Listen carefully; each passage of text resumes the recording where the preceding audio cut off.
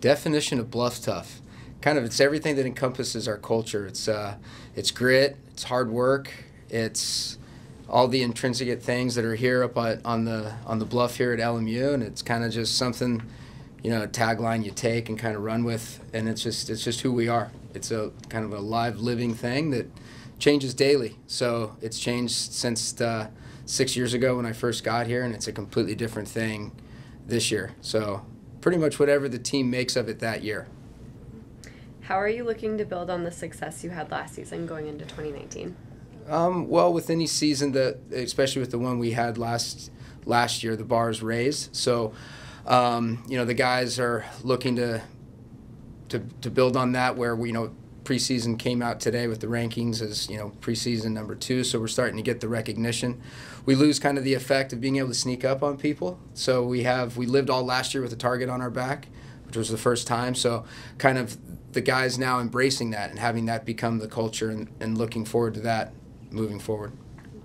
What are you excited to see from your team, in particular Lucas, who was named West Coast Conference all preseason? What are you looking forward to with him?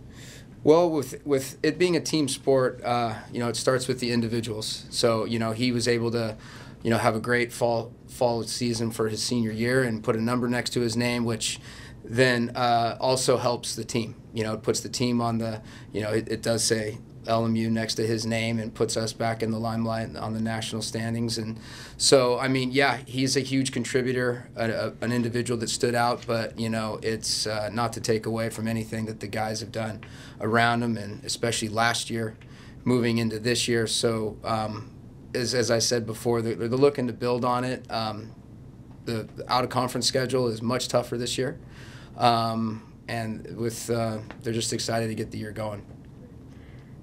You have a new assistant coach, Alex Moreno. Tell us what he brings to the table.